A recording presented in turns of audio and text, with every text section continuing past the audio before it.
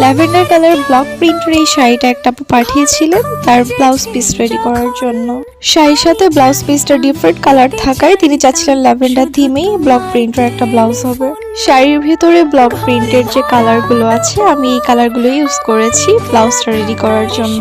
যেহেতু আঁচলে পিঙ্ক বা মেজেন্ডা বর্ডার করা আছে তাই আমি ব্লাউজের স্লিভসের বর্ডারও এই কালারটা ইউজ করব।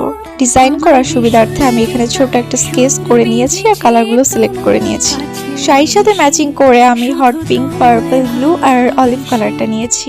এখানে ডিপ পার্পল আর ব্লুটা যেহেতু সিমিলার হয়ে যায় আমি তাই পার্পল কালারটা স্কিপ করেছি। শাড়ির আঁচলের বর্ডারের সাথে ম্যাচ করে আমি ব্লাউজের স্লিভসে আর ব্যাকে পায়ের ডিজাইন করেছি, এটা 3 ইঞ্চ পরিমাণ ছিল। শাড়ির সাথে ম্যাচিং করে আপু আমাদের অলকা সিরিজের চুড়ি এবং ফিঙ্গার রিং এর সেটটা নিয়েছে যেটা ব্লু থিমে ছিল। সেটটা মাল্টি কালার হওয়াতে এটা কিন্তু যে কোনো কালার ড্রেসে ক্যারি করা যাবে।